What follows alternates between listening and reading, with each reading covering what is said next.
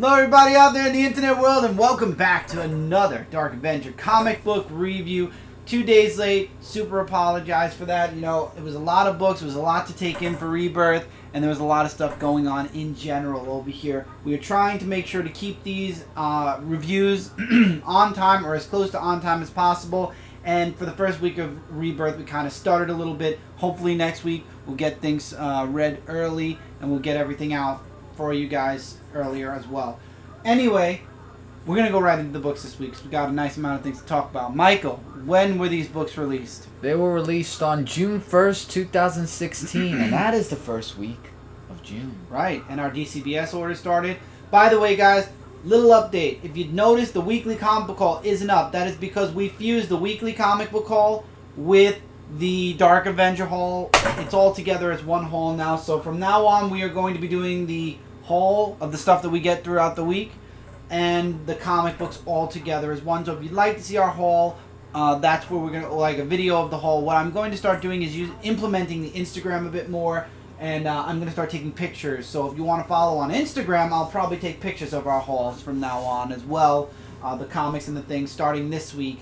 I didn't get a chance to do it for the books in this review, but starting this week for the books that are coming out, you guys are watching this Wednesday, but for the books that are coming out today, I'll try to give you guys some pictures and stuff on Insta. I really want to work on Instagram again. And as far as updates, because I usually do those on the weekly comic book haul, don't worry. I'm going to try to do another video series, maybe outside the pages even, where I'll give you guys a couple of updates and just life events, etc., etc. Maybe that'll be a good way to keep everybody up to date with certain things going on.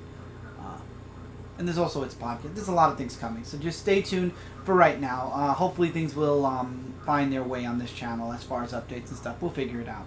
But and there's always the live show. That's another avenue where updates can go out. So check the live show at the beginning, if anything. Well, maybe that's a good idea because it takes a while for people to pop on. So maybe we'll do it on the live show. So if you want updates, keep an eye on the live show. So is it morphing time? It's morphing time. This is an honorable mention. It's Mighty Morphin Power Rangers Pink, Issue 1. This takes place after Kimberly loses her Pink Ranger power. So this is, I guess, around Zeo time. Because they mentioned Lord Zed, which is interesting because I believe when they... Did they face Lord Zed and Zeo? Yeah, they did face Lord Zed and Zeo. For a bit, and then Cogsworth came in. Right, and that led to Turbo. So, I don't know, it was a good book. I enjoyed it. It was kind of sad because the comic universe now is confirming that at some point Kimberly leaves the Rangers, and that means the other three are going to leave the Rangers. So I don't like that. I kind of wanted to believe that the comic universe wasn't going to follow the same route as the TV show. You know, there's nobody who's going to walk off set on a comic book, and I wanted them to keep the original 5. You know what I mean? I didn't want, like, changing of the teams or whatnot, and that also means that, you know, are they going to go to Zeo? Are they going to go to Turbo? Are we going to get basically a comic version of what we're getting on TV? And I don't know if I'm up for that. When they mentioned it was Mighty Morphin Power Rangers, I was set to believe that this was going to be about the Mighty Morphin Power Rangers, the original 6 Rangers, and that's it. And so far that's what they've been giving us, but this miniseries gives a little bit of... It basically confirms that Kimberly's going to leave, so will Jason, Zach, and Trini leave as well? I don't know. It was a nice book. I enjoyed it, but at the same time, I would have liked to have had a Pink Ranger story within the Mighty Morphin Power Rangers time period. But again, you know, it is what it is. We'll see. Right now, I don't have to worry about Mighty Morphin Power Rangers comic about anybody leaving because everybody's staying right where they are. So we'll see. We'll cross that bridge of change if and when it happens. Okay, Godzilla Oblivion, issue number 3. Oh man, this is a really great series, and Mike and I actually were doing our orders for August, and if not for so many books ending and certain books being at a higher price, I would have loved to have bought Godzilla Rage Through Time. Maybe through Midtown we'll do it when we get past the August, because August was a bit pricey because there's a couple of books that were a bit higher in price, because like the final issue of Grim Fairy Tales, for example, was like $6. So unfortunately we couldn't do it, but I would like to get a physical copy of physical copies of Godzilla Rage Through Time. So maybe through Midtown we'll do that, because as you guys know, we're still buying 1 or 2 issues a week through Midtown that I missed. So this will be something that I missed. Right. For 1 or 2 months, and then we'll get the rest from DCBS. Anyway, though, Godzilla, this one introduced Mecha Godzillas, and it was really cool. You got Mecha Godzillas getting into the mix. You got Godzilla still fighting King Ghidorah, and it was amazing. And now the world is trying to figure out how they're going to get rid of Godzilla and King Ghidorah, how they're going to get them back through the portal, how they're going to deal with them. And it's kind of funny that they actually had the Mecha Godzillas. I was kind of confused at how they made them so fast, but it was still really interesting. Unless they came from the other world into this world. There could be. You can skip that. I'm going to do it next week. Oh, okay then. Well, actually, no, I can do it this week. I thought that this book ended really nicely. You can show it. Yeah. Predator, it's the final issue. Life and Death. This ended really nicely. I enjoyed it. I did find out that what they're doing, instead of doing what they did during Fire and Stone, where it's they have all 4 of the miniseries out at once, and it's like 1 month you get the issue 1s, 1 month you get the issue 2s. What they're doing is they're doing it miniseries at a time this time. So we got Predator, and next up is going to be Prometheus. And it's all going to somehow interlock together. So we'll find out probably why the Predators were on that planet, why they were protecting the ship. We'll go back in time and see the engineers and how they ended up crash landing on that planet maybe. I don't know, but I like it because the last issue kind of explains it a little bit more. And maybe after that, aliens will be in the future. It'll take place after Predator. I don't know, but I'm sure when they make that big trade paperback, which is what we will get physically, it'll all be in chronological order, because I believe they did that with the last series in Fire and Stone as well. I haven't gone back into the book and really enjoyed or reread it, because I really do want to reread it in paper form. But again, Predator, Life and Death sets up a really great 12-issue maxi series that we're going to be getting for the next year, and I'm looking forward to the next miniseries. Paper Girls, issue number 6. I, like Mike Spider-Sayer, was afraid that we were going to get back into this book a couple of months later and we were going to forget where we left off. And this book literally starts up right where we left off. So we remember right away. I remember right away. And I love how the older version of the main character, she's like, do you have that scar? And she's like, yeah, I was shot by, and she's like, okay, let's not relive the past. But she's like, I don't remember it. I have a feeling that whatever's going to happen with these girls, and Casey is still missing, by the way. I feel like whatever's going to happen with these girls, when they go back to their time, whenever that is, they're going to forget everything they've been through, basically. And I love how these girls are from the 80s. They are now in current day, 2016. And they are literally... wow, you have a flat screen TV? Your TV's flat, there's nothing in back of it. What's this voice activated thing? Where's the remote? Where's this? Where's that? How is this? And they're seeing all this new technology for the first time. And now they're trying to figure out what exactly happened and how to get home. And they show the older version of the main character, that apple thing that fell through time in the very first story arc. And the Apple device says, voice recognized, do you wish to unlock? And she's like, yeah. So now we're going to find out more about what's exactly going on. And it's going to be interesting. And also the main character has another one where she's one of the cleaners or something. She's basically working for the other side too, which is very interesting and weird. And it makes you wonder, is this her from a different time? Or like, was there a time skip for her? I don't know, but I think it's really awesome. I think this story is just getting better and better for me. I'm really excited to see where the second arc is going to go from here. Alright, now we go into my books. Angry Birds Comics, issue number 6. This is a fun read. What it really was talking about, it was really focusing on the first story a little bit more. Okay, so you know how the Angry Birds are trying to prevent the pigs from getting the eggs, right? So the pigs come up with an idea of making the birds into cardboard.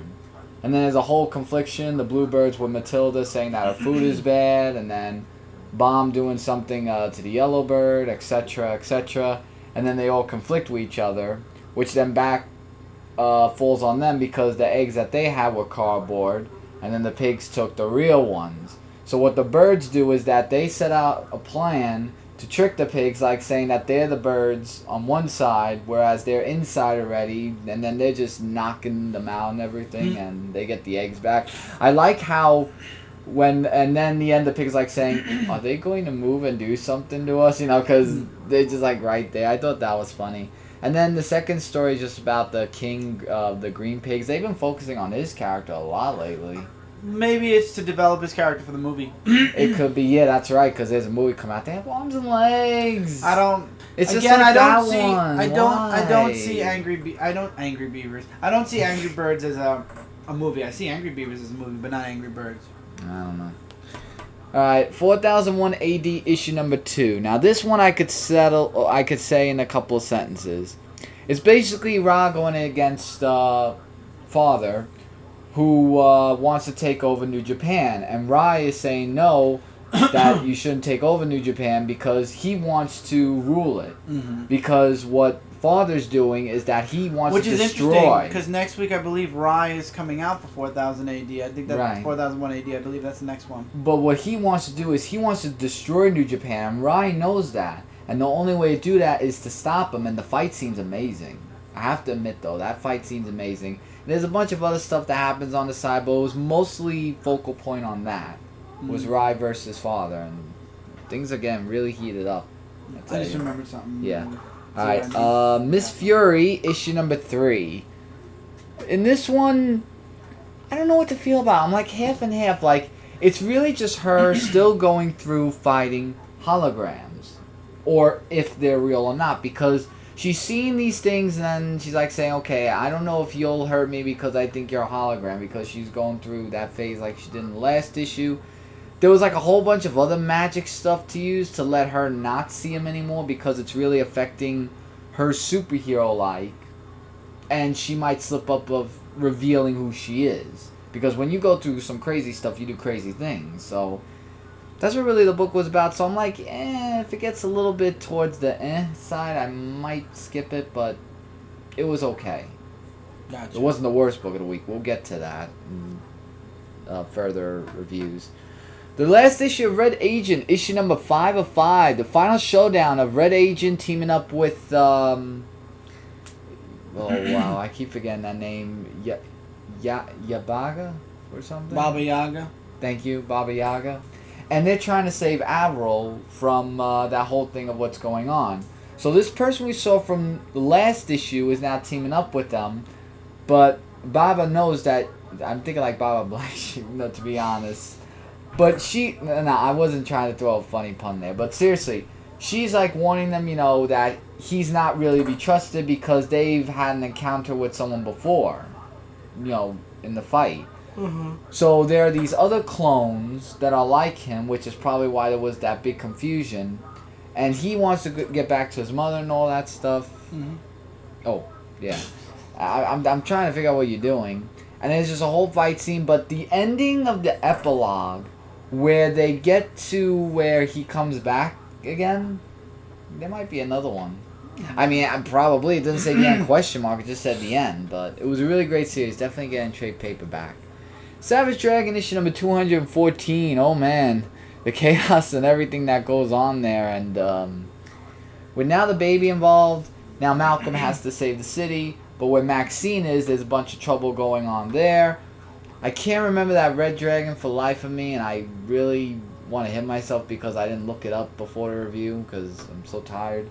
The woman that was with him fights off against him, and Malcolm's fighting off against what's going on in the city. Whereas Angel, who is with, I think Malcolm's cousin or whoever it is, let's just say things don't turn out well for him in the end when he gets chopped in half, literally. Ouch. Because of Angel not killing someone because of... basically, he wasn't following her orders of doing some evil and all that stuff.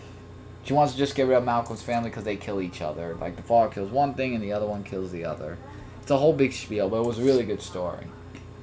Now, I'm really happy they came back with this. This is called The Shadow, but the other title's called The Death of Margo Lane. Now, Margo Lane is the wife of The Shadow, who we know as, oh, wow, what is his real name? Really? I can't remember. They don't really use his real name a lot. No, they just call him as The Shadow, because The Shadow knows, and the ha-ha and all that. But in this one, there are these mafia hitmen that want to go after Margo Lane because they seem to know that every time Lamont Cranston, thank you. I waited Lamont. long enough for him to remember. Yeah, they think that every time when Lamont's around Margo, that he just comes out, that he disappears. It's like Superman where Lois says that Clark Kent's always not there when Superman comes in. So it's kind of like that, but they want to kill Margo Lane because it's calling out to the Shadow. Now the Shadow is trying to find out investigations of who they are so that way they don't kill her. But there's a thing and a twist there where the Shadow knows all, and there's a whole bunch of other stuff that he has to do in investigations-wise. So it does have a point in the death of Margo Lane, but let's just hope that doesn't happen in further issues. But I'm looking forward to seeing the next one. And is this the last one? Yeah. Alright, The Spirit, issue number 11. Now this one, it was kind of a little bit dialogue heavy, but all I could say just to sum it all up, the Spirit's not dead, he's alive. Who didn't see that coming? And there's this new person who the Spirit knows of because it talks about in this story arc. So, in this issue, I should say. So there's one scene where she's gonna fall off the bridge, and the Spirit, I almost said Chow. The Spirit goes to save her, and then like she tries to talk, saying, "Oh, we had this thing before." He's trying again, like saying, "Nah, you're going to jail. You're in injustice. You did something wrong." So I'm finally glad the Spirit's not naive, because I thought for a while he's been getting naive, but he's not. But that person who he was trying to look for, Malka Ross, I think his name was. Yeah, he finds out the hard way of finding him in the end, and that is to be continued. We're gonna see what happens then. Big 2 time, starting with your book, all new, all different Avengers, issue number 10. Yeah, the Avengers are in space trying to help Sam find his dad.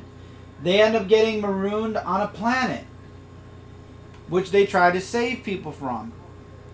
They end up trying to observe or trying to figure out, they go to the tower where their ship got shot down from, and it turns out that Annihilus is behind trapping people on the planet and forming the black holes which have been sucking them in, and they've been they disappear forever. So basically the Avengers are now the prisoners of Annihilus. And apparently it looks like Sam's dad is either going to be there, he's going to be dead, I don't know, but right now they're busy dealing with Annihilus. Period. Okay. Invincible Ironman. Oh, I'm sorry. Wasp also meets her stepdaughter and right away grabs and is like, "I know, great to have you on board. We have this situation. You need to come with me. Are you good with this, and that?" And she's like, "Yeah. Yay?" And they go off.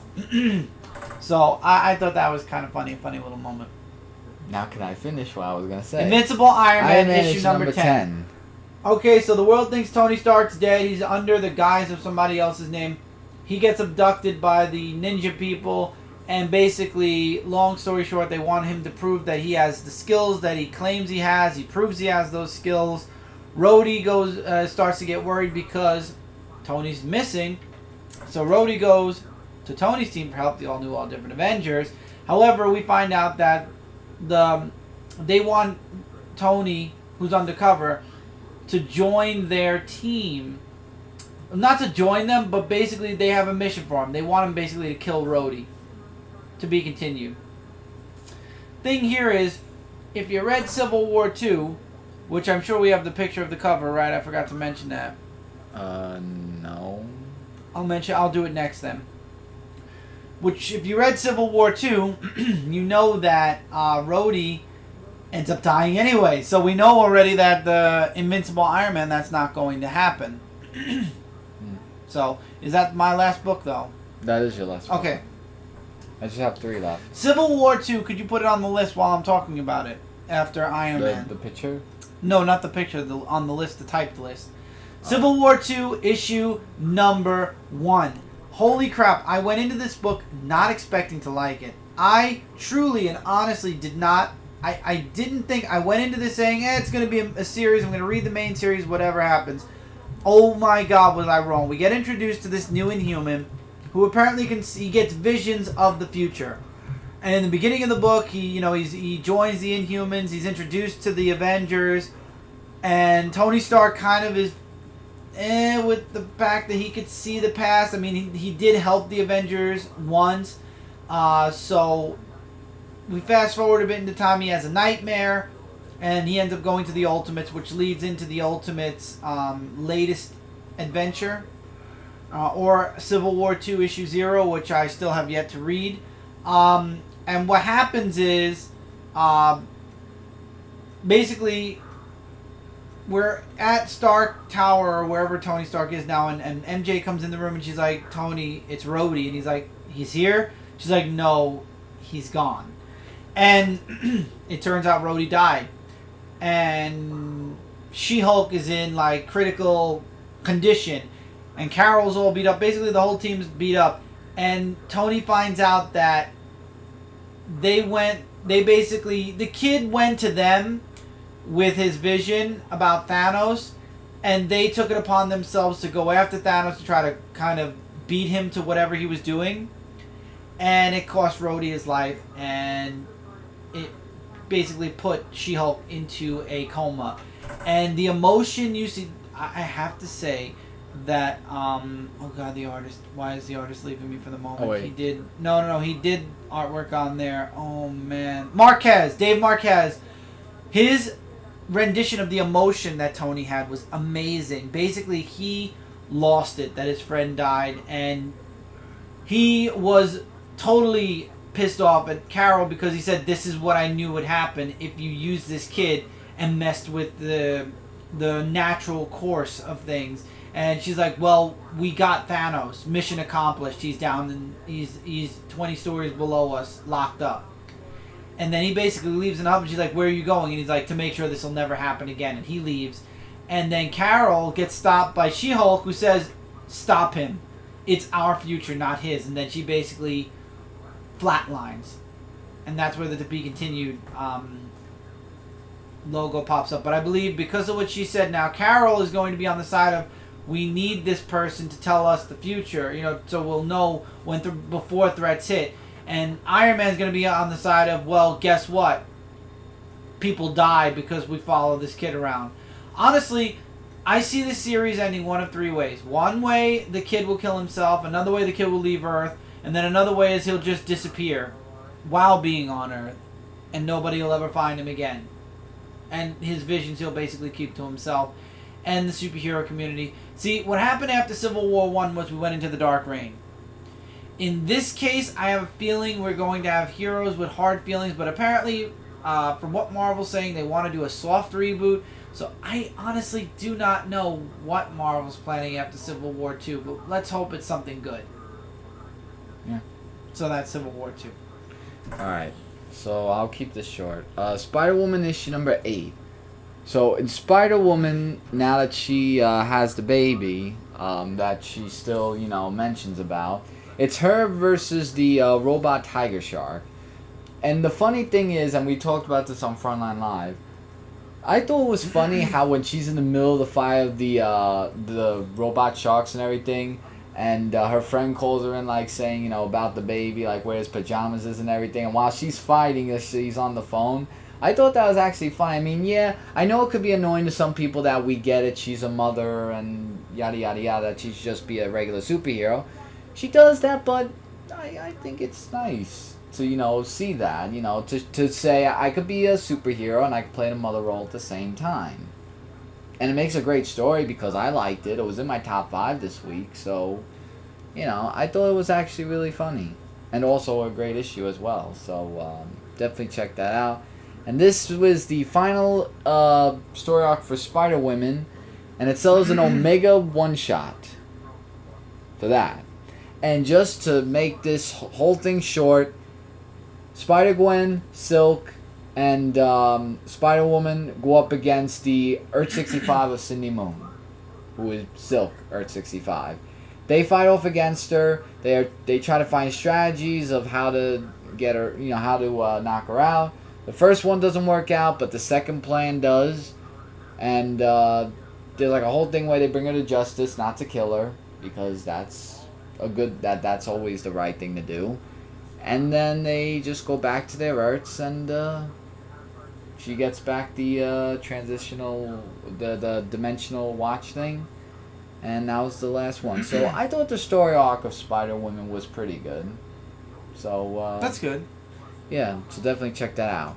Now here's the worst book of the week I was talking about, and that is Deadpool issue number 13. I have a lot of things to complain about this book. It's 4 books in one. Yeah, and alright, first of all, that's the first thing. Number 2, it's a $10 book. This isn't the first time. Deadpool had 2 other $10 books. That involved not only Deadpool issue number 13, but it involved a Daredevil issue, a Power Man Iron Fist issue 3.1, which that got me very aggravated, and a Deadpool 13.5. And the whole story of that talks about Deadpool going against Thyroid Lady, or whatever her name is, because she, well, kind of with Deadpool. Oh, yeah, okay. Yeah. So he's looking for revenge. So he's going to every world to Daredevil, the Power Man Iron Fist, just to look for, and there's a 13.5. Was it really, really necessary to add those stories? Especially Power Man Iron Fist? What are they going to do? I like how where Daredevil used to do it by himself, and now he asks other people to help him. And I know the movie came out this year, and they're milking out a little bit too much. Which is going to make us comic readers say, if this happens again, and I'm stating this as a fact, if it happens again, I am not going to ever read a Deadpool book anymore. It's going to happen again probably at issue... Because it goes to the story. Then it goes to 29.9, which I don't mind. But you put 4 stories in one book? I only read the first story. And I was skimming through it because that's what the whole thing's about. It is so... And Power Man Iron Fist just got to me because I reviewed that book. But it doesn't deserve a point-something issue with Deadpool. So, one more shot I give it, and if it gets strike 3, that's it. No more Deadpools at all for me. Done. That's how you feel. That's how it's got to be. Cuts have to be made, and that's going to be one of them. Let me just talk really quickly about this book, get it out of the way. Worst pick of the week for me is definitely Superman, The Coming of the Supermen. If you're a fan of Neil, it's issue 5 of 6.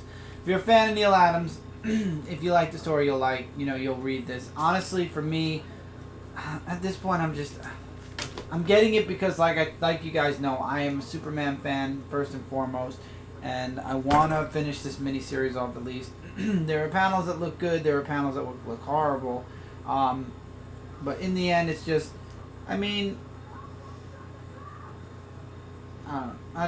looking at this picture and I'm wondering what happened to Superman's leg. But apparently I have no clue if you look at that panel with missing leg. I don't know. Anyway, if you're interested, you'll get it. If not, you won't. If you're not a Superman diehard where you have to buy all the Superman issues, this is a miniseries I would say you could skip. You could skip, no problem. Has no ramifications to Rebirth, and I love how it started with the old DC logo, and now as of this issue, it's with the new DC logo. That's funny. That is very funny. So let's get on to things that are worth talking about. Bebop and Rocksteady Destroy Everything, the TMNT miniseries that apparently is a weekly series. I made a mistake in ordering from DCBS, and basically issues 1 through 4 we had to order from Midtown. So again, this brings Midtown back into the mix. And I have to do an update video. There's a few other things that we added, like the mangas and stuff like that we get monthly now. But anyway, apparently Bebop and Rocksteady meet somebody. Now this connects to a previous TMNT volume, and you see all the turtles with the red bandanas, so you know what that means. This connects to the first volume of TMNT, where all of them had the red bandanas and they were fighting with that guy that had the time scepter. Well, that person somehow ended up in front of Bebop and Rocksteady of this universe, this TMNT universe, and we don't know what happened. We find out later on in the book. So Donatello takes the turtles to the museum, the New York City Museum, the National History Museum, because he wants to show them something. He shows them the mummified person, this new display that happens, but he also says, check this out. Who do those fossils remind you of? And they're like, holy crap, that looks exactly like Bebop and Rocksteady. And I love how Donatello breaks the fourth wall right here on the end of the page, right there, and basically says, hey, this is me, and these are my brothers. We're the Ninja Turtles, and I'm going to basically be here to explain to you guys what happens because it's going to get a bit messy. So then we jump back to Bebop and Rocksteady, who basically they're trying to kill They were working for this group, and basically they messed something up, and now they're basically, well, the group or the gang is trying to kill them, and as we all know, Bebop and Rocksteady are basically unstoppable in this new TMNT universe. And we go back to the Turtles then, where Michelangelo's like, ooh, the gem, it's telling me to touch it. He touches it, and guess who shows up? Renee, but she looks different. And you know why Renee looks different? It's because it's the Renee from the previous volume of TMNT. And they even ask, how do you know us, but you don't know of the previous event Turtles in Time? And she says, basically, I hop around from world to world to world. So basically, I've seen you, she said, I already seen you Turtles in multiple different universes already. So there's multiple universes, but only one of me. And basically, she figures if she sent herself there, then it involves Bebop and Rocksteady, or the two of them, and how she died. So basically, they go off to try to find, what's his name, Scepter. Renee Scepter? No, not Renee Scepter. Savanti's Scepter, because he's the one that the old Turtles were fighting against in the previous miniseries. And they end up in front of Bebop and Rocksteady, who apparently killed Savanti in this universe and stole his scepter, or basically took his scepter back. And now they end up in a fight with Bebop and Rocksteady. And I will say one thing. There are pretty, as this picture shows, there are dark moments in this book. So mature readers, everybody. And I love how the artist look how the artist did the Turtles. I mean, I love the artwork in this book. That's definitely something I really enjoy. So they end up fighting Bebop and Rocksteady, and then out of nowhere, Rocksteady ends up using the scepter, and they end up in New York. Except they don't end up in New York current day. They end up in New York back on New Year 2000. Oh. So basically, the Turtles are going to be chasing Bebop and Rocksteady through time. So Bebop and Rocksteady Destroy Everything is basically Bebop and Rocksteady bouncing from time period to time period, and the Turtles chasing after them to stop them, because basically they're loose in the time stream, and they are basically going to destroy time and space as we know it. They're going to basically destroy the time stream. So it's up to the Turtles and Renee to find them, stop them, and either send them home or trap them in the prehistoric era, where apparently their fossils will remain in the museum. Which I doubt they'll do that, because Bebop and Rocksteady are a very they're a cornerstone to the villains for the TMNT, so somehow I'm sure they'll end up back in the TMNT universe, just far, far away. We go into the big two, and we're starting with you. Alright, The Punisher, issue number 2. I separated the books Marvel and DC, and I think we're going to be doing this for a while, guys, especially with Rebirth. So once Rebirth is like in full swing, we stop with the issue 1s, which will probably be around October, November. Maybe then we'll mix things up again. Again, it really just depends. So pardon the fact that we went back to the style of Marvel than DC for a while. Okay. So this starts off where, first of all Olaf doesn't appear in this issue at all, like the last issue, but Face does, and Does Elsa show up? No, Chris. I'm talking about the... I don't even know why I even acknowledge your questions. Anyway, so it's Face that's talking to these the mafias. Is that Elsa? No. Is that Elsa? That's a dead one. I'm going to get a drink. Me, yeah. I shall return in 2 seconds. Yeah, I don't want to show anything bloody because it's parental advisory. Yeah, it's, this book is for for adults only, apparently. Yeah, I'll show you guys this artwork. And Face is showing them about this drug and talks about making weak people into a threat and gives them a lot more power. So it does get in use when he used it against the Punisher, and the fight scene between them was brutal. I mean, they're like exchanging punches and kicks, and well, Face got away by his car. But now there's a whole unit that's saying that Frank Castle is considered armed and very dangerous, where the other DEA is saying that he's headed up north and we need to take other measures. So there is this other measure where this person, I can't remember what his name is, that gives the order to, that the Punisher shows up and, shoot him, like just to shoot him and everything. But along that line, his daughter Junie comes out, and basically when a Punisher comes, he's going to be expecting this, which is a bomb that's wrapped around his daughter. And that's to be continued in the next issue. I mean, that was really graphic there, but still, the whole fight and everything, this... That's wow. That is wow, and I can't wait to see what measures are going to be taken in issue 3. And if all off my return, who knows? Not the frozen one.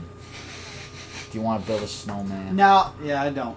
Not in the summer, at least. Now, I moved this to a digital format, but because we ordered DCBS months in advance, I had ordered this physical copy of All New Wolverine issue 9 before going digital. So this will be the last physical issue of All New Wolverine. So she's inside Fin Fang Foom now because she went in there to save Logan. Captain Marvel and Iron Man are trying to keep Fin Fang Foom busy while Wolverine's inside of Fin Fang Foom getting Old Man Logan out. And she gets him out. And then now they've got to figure a way to get him away from New York City. And thanks to, what's her name? The little girl. Gabby. Thanks to Gabby, they escape. Wolverine figures out a way to move Fin Fang Foom by throwing pheromones all over her body. They get rid of Fin Fang Foom, and Wolverine goes home, and now she has like a bunch of questions to ask Old Man Logan, because apparently Old Man Logan knows the apartment that X-23 is in is the apartment where he raised her. Wow, that is a twist. It's a twist, but it was a quick read. You know, the way I explained it is the exact same way it happened here. And I don't know why it says the road to Civil War, because there wasn't even a man. The only people that were in here that involved Civil War are Carol and Iron Man.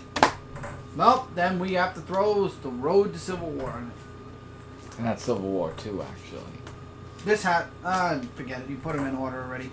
You put them the way you wanted them. I know. Spider-Man 2099 issue 11. Spider-Man is trapped in the dark era of 2099. He needs to get home. But he ends up being the prisoner to the new Sinister Six. It turns out one of the Sinister Six is a traitor. And he ends up getting freed by somebody who could throw out illusions. I forgot who it was. Is that Dormammu? It's a fake Dormammu. Basically Iron Man 2099 or Iron Woman 2099. I don't know what her name is. And she takes him to she tells him about what happened that caused 2099 to happen, the dark 2099 to happen. Apparently somebody released a what was it? A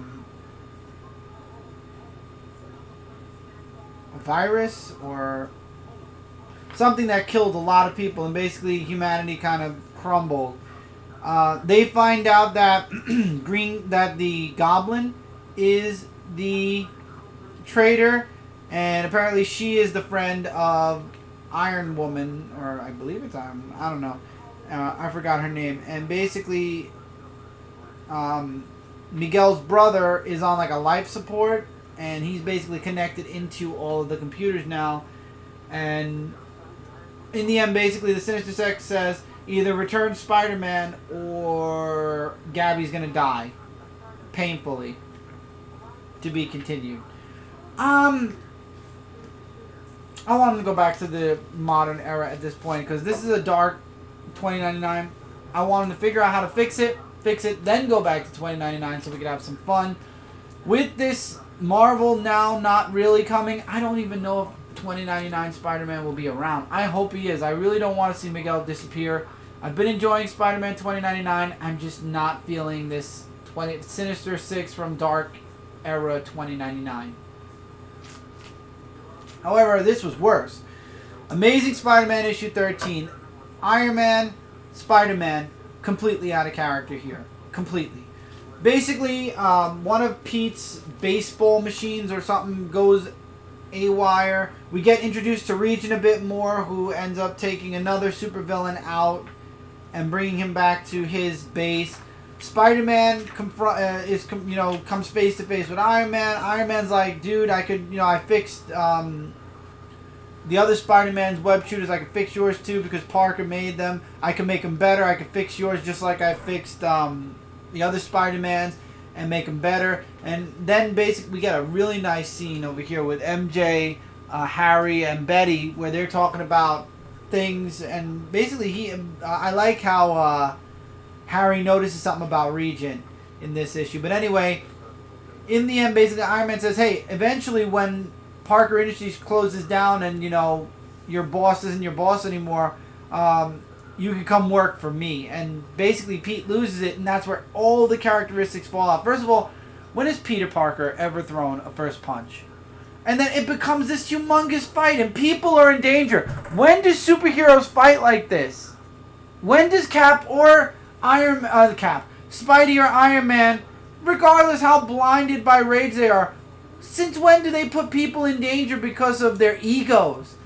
And then in the end, oh god, Miles ends up getting captured by Regent, and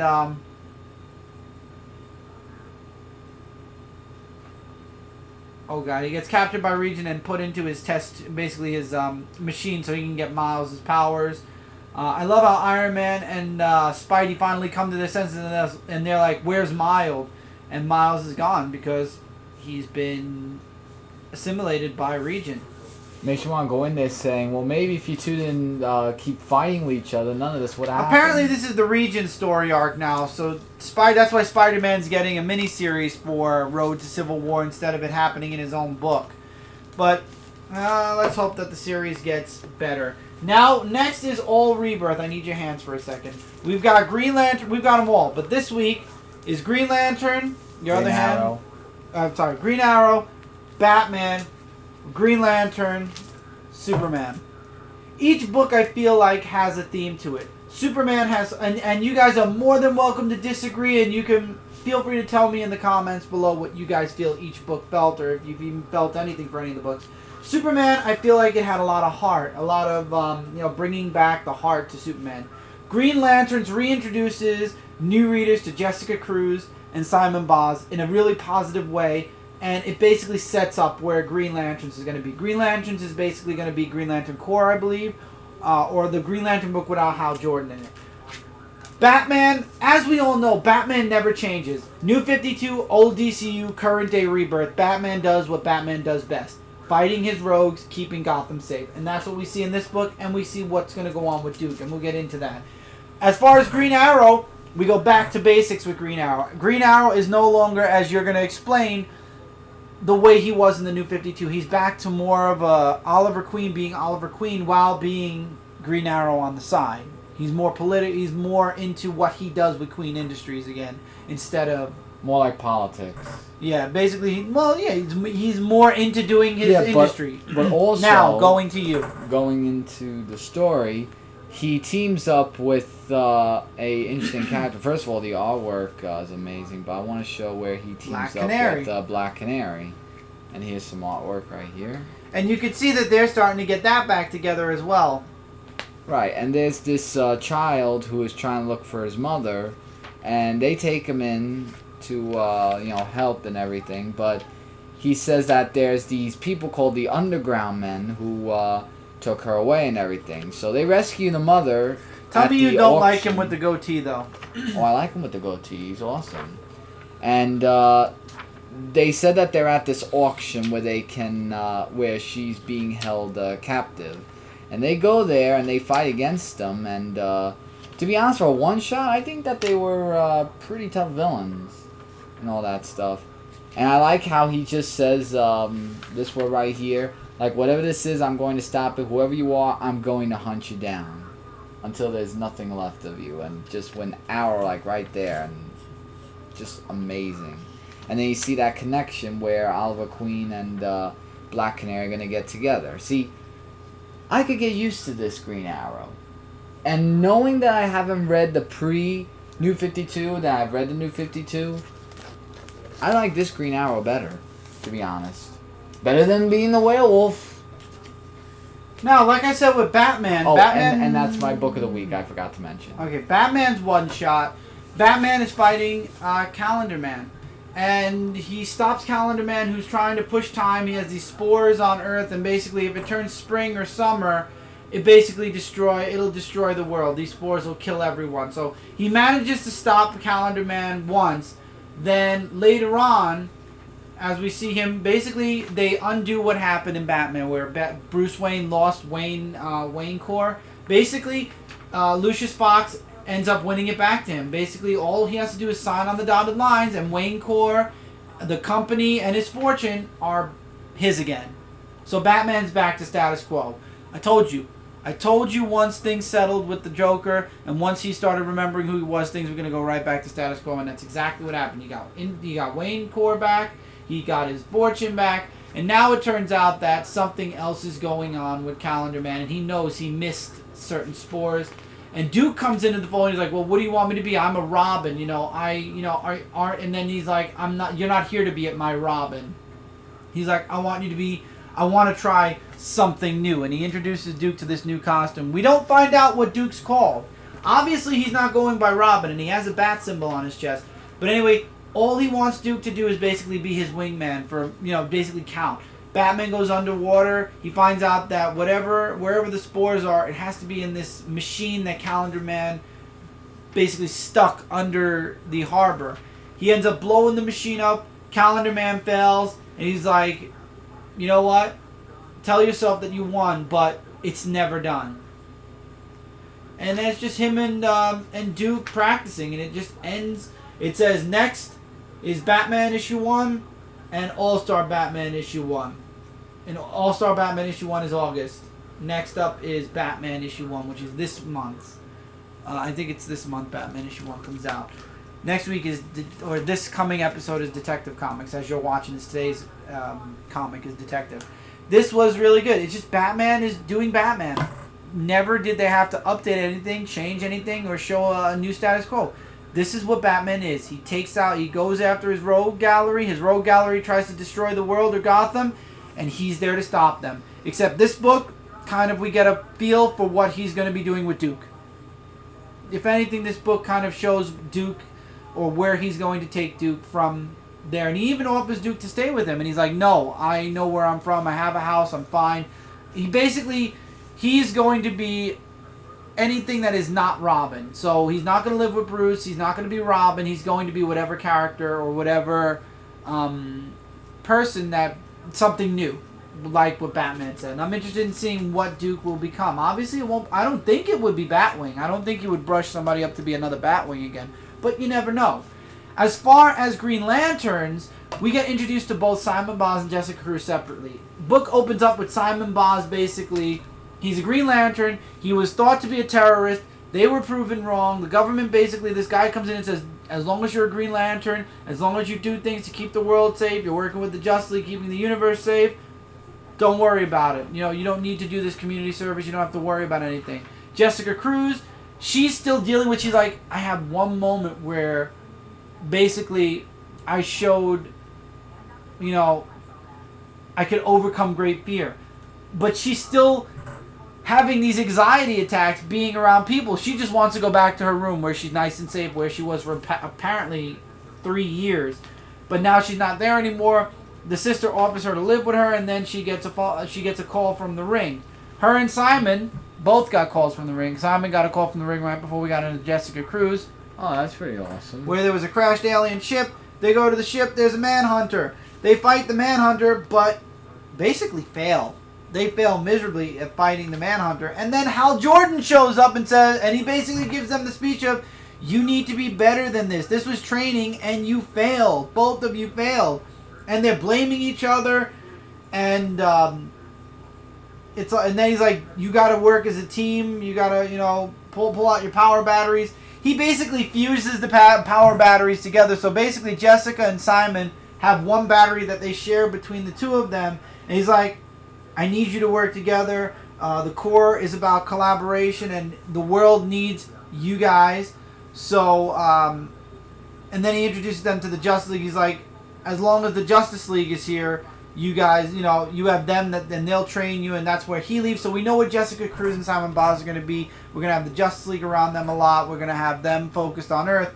However, if you want to know what happens with Hal Jordan, as the little note says, follow Hal Jordan and the Green Lantern Corps in Rebirth issue number 1 on July 13th. So I believe that's coming next, or the week after next. The wext. The week after next. The week after next. And then, of course, it ends with the Red Lanterns. But we all knew that the Red Lanterns were coming to Earth. Also, the very beginning of the book opens up with a Guardian who's been running since the dawn of time. And apparently, he has a ring that we haven't seen before. And he opens the box, like he's carrying this ring or these rings. It looks like these, they say ring. So I'm guessing it's one ring. But it shoots out its power, and it looks like a White Lantern symbol, and it looks like it's a White Lantern ring. So it looks like a rainbow ring to me, so he's probably carrying a White Lantern ring. If not, then I'm actually curious what ring he's carrying, and maybe it'll help bring the Blue Lantern Corps back to life for all we know. Maybe. I would like to see Gantha return with whatever her other name was, because basically they... remember, Sinestro freed both Gantha and his girlfriend, right. But he tells them never to show their face around anywhere again, so they go off into hiding. So it's going to be really interesting to see. Obviously we're getting the Red Lanterns first, but with this new ring, I'm very curious to see where the new ring is going to fit into the Green Lantern universe. Obviously we'll be seeing that in the future, which I'm really excited for. I really am excited to see where Green Lanterns is going to go. Finally, and like I said, the book that had, that spoke to me the most, had the most emotion to it, Superman. Basically, Clark, pre-New 52 Superman, is waiting for the New 52 Superman to come back. And he actually is willing to do whatever it takes to bring that Superman back. He, as a matter of fact, he catches Lana trying to break into Superman's crypt because she wants to basically take his remains and bury them with his mother and father. And Superman's like, I'm waiting for him to come back. And she's like, what are you talking about? He's like, he died. He can come back. And she's like, you can't know that. How do you know that for sure? And he's like, dying's easy. Being reborn is hard. And she's like, I want to believe you, but how did you learn that lesson? He's like, well, I had to die first. And we basically get a recap of the Superman Doomsday fight. So basically this is DC Comics saying, yes, this Superman did fight Doomsday. He did die. He did return. And I love this panel. There's a reason why I love this page. You see these word bubbles that are floating around, not connected to anybody? This was Steel and Superboy talking to Lex Luthor. So the possibility of us seeing all of the reign of the Supermen is pretty high during Rebirth at some point. I'm guessing. I know Eradicator is supposed to be coming back from, it's the Eradicator that happened when they were doing that Krypton arc during New 52. So we'll get him back. But it'll be interesting to see if Connor comes back. It'll be interesting to see if Steel remembers everything. But anyway, Superman takes the New 52 Superman's remains, and apparently Lana, after Superman died, she got the memory of where his Fortress of Solitude is. So they go to his Fortress of Solitude, and he tries to find a regeneration matrix, and there's no such thing there. So basically Clark finally realizes, hey, there is absolutely no way to bring this Superman back. He's gone. Like, gone. There's nothing I can do. There's no way for him to come back and basically take over as Superman again. And then I love how he's in the fortress and he notices that New 52 Superman basically honored both his Kryptonian parents and his Earth parents. And he's like, I can't believe it's so obvious. Why didn't I think about doing that? And he even says that about Kara, I believe, when Superman left basically said, if I ever, I'm gone now, Kara. So now that I'm gone, this is your fortress. And basically over here, all the crystals or all this knowledge of our homeworld is here for you. And I love how Clark kind of is like, wow, I never thought about doing all of this. And then in the end, basically they end up in Smallville because he sees there's nothing I can do here. And he basically lets Lana bury New 52 Superman with his parents because there's nothing they can do. And I like how he goes back to his fortress and basically puts him with his Earth parents. And then he basically says, all that tomorrow's missing now is a Superman. Basically stating the fact that Superman's not coming back, so it looks like the world needs Superman again, and guess who's going to be the one that takes his place? The old DC Universe Superman. This was a really deep emotion book. If you're a Superman fan, you'll understand how this was a book that really reintroduced Superman's personality, the Superman that we grew up with, I would like to say. And it kind of put the end to the New 52 Superman, showing that no matter what, at least currently, there is no current way to bring the New 52 Superman back. However, if Rebirth eventually folds in on itself, and all of the heroes become what they were, I think the two Supermen were the biggest problem, how to fuse them back together. So with the new 52 Superman dead, it would be easier now. Clark basically was part of the old DC universe already. It'll be easier just to put him back into the mix. The only thing I'm concerned about, which everybody I'm sure is concerned about, is John Kent. But I think that the fan base for John Kent is so strong now that the world wants Superman. Obviously, we're all happy that Superman and Lois are back together as a couple. But now I'm sure the world also wants them to keep their son, which was the next logical step. I was expecting Superman and Lois to have a kid at some point anyway. Right. Honestly. So it's good that it happened the way it did in Convergence. If you want to know how that happened, you can check out the Superman book, or was it the Action comic book from I think it was Convergence? Action. Either one. Whichever one it was, you can check out that 2-issue, very tiny mini-series, and it'll explain Lois giving birth, and then connect the final issue connected to Convergence. It's really cool, and I'm really excited. I'm very pumped for all of the Rebirth issue number 1s from reading these one-shots. Not one Rebirth one-shot this week disappointed. And they were all $2.99. Yeah. Just to note, they were all $2.99. Indeed. And with that, that's it for this comic review, guys. So as always, links in the description below. Check them out in your spare time. Feel free to comment below your thoughts about any of the books we talked about here. Like, dislike, agree, disagree. We love hearing from you guys. Updates will be on Dark Avenger Live this coming Friday. Outside the pages, I'm actually working on something now as we speak. Links in the description are going to be changing around a little bit as we are not on SoundCloud anymore, and a few other things are changing up. So I will be updating the links probably starting next week. So as of after this next live show, links will be updated. Yep. Till then, take care, keep reading, keep collecting, and until next time, everybody, we'll see you guys really soon. And don't forget to check out Comic Frontline. All reviews for Rebirth on Wednesdays. Yep. We'll see you guys really soon in the next video. Hey, everybody.